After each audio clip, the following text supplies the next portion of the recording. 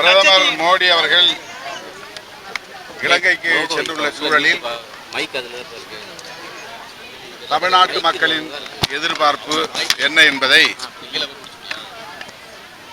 தமிழ்நாடு சட்டமன்றத்தில் மாண்புமிகு முதல்வர் அவர்கள் தலைமையில் நிறைவேற்றப்பட்டுள்ள தீர்மானம் தெளிவுபடுத்துகிறது.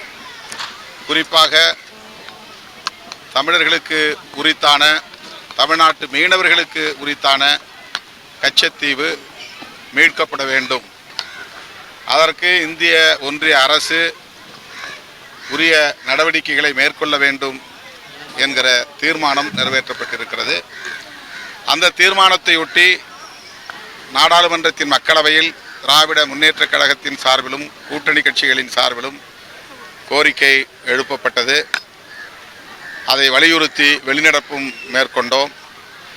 இன்றைய நாளில் பிரதமர் இலங்கையில் இருக்கிற சூழலில் தமிழ்நாட்டு மக்களின் உணர்வுகளை மதித்து காலம் காலமாக விடுத்து வருகிற கோரிக்கையை நிறைவேற்றக்கூடிய வகையில் உரிய நடவடிக்கைகளை மேற்கொள்ள வேண்டும். தமிழ்நாட்டு மீனவர்களின் பாதுகாப்பையும் உறுதி செய்ய வேண்டும். தமிழ்நாட்டு மீனவர்கள் சுதந்திரமாக கச்சத்தீவு வரையில் சென்று மீன் பிடிப்பதற்குரிய உரிமைகளை வலியுறுத்த வேண்டும் என்று கேட்டுக்கொள்கிறோம்.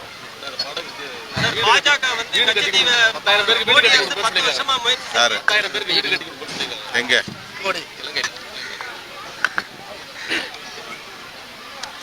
அதை வரவேற்கிறோம். ஏற்கனவே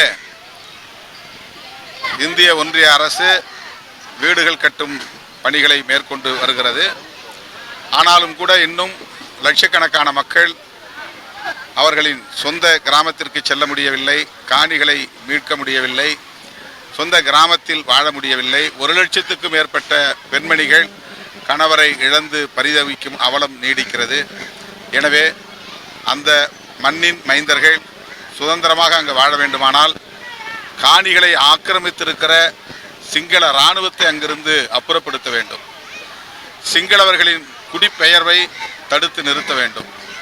அதற்குரிய நடவடிக்கைகளை பிரதமர் மேற்கொள்வதுதான் ஈழத் தமிழர்களுக்கு செய்கிற மிக முக்கியமான ஒரு பாதுகாப்பு நடவடிக்கையாக அமையும். அது இலங்கை தேசத்திற்கும் இந்திய நாட்டுக்கும் இடையிலான உறவை நல்லிணக்கமாக பேணுவதற்கு அவர்கள் இந்த விருதினை வழங்கியிருக்கலாம். வாழ்த்துக்கள். வக்ஃபு சட்ட திருத்தம், வக்ஃபு திருத்த சட்டம் அடாவடித்தனமாக நிறைவேற்றப்பட்டிருக்கிறது. நள்ளிரவுக்கு மேல் விவாதத்தை நடத்தி இந்திய அரசியல் வரலாற்றில் இல்லாத அளவுக்கான ஒரு களங்கத்தை ஏற்படுத்தும் வகையில் இந்த அநீதியை மோடி அரசு அரங்கேற்றியிருக்கிறது. அவர்களுக்கு போதிய பெரும்பான்மை இல்லை. ஆனாலும் கூட்டணி கட்சிகளை தம் கட்டுக்குள்ளே வைத்து இந்த சட்டத்தை நிறைவேற்றியிருப்பது இந்திய ஒருமைப்பாட்டுக்கு பெரும் தீங்கை விளைவிக்கும். திமுக உள்ளிட்ட எதிர்க்கட்சிகள் ஒருங்கிணைந்து 232 பேர் எதிர்த்து வாக்களித்திருக்கிறோம். மக்களவையில் 95 பேர் எதிர்த்து வாக்களித்திருக்கிறோம். மாநிலங்களவையில் இவ்வளவு கடுமையான எதிர்ப்புக்கு இடையிலே இந்த சட்டத்தை அவர்கள் நிறைவேற்றியிருப்பது சிறுபான்மை மக்களை அச்சுறுத்தும் நடவடிக்கையாகும்.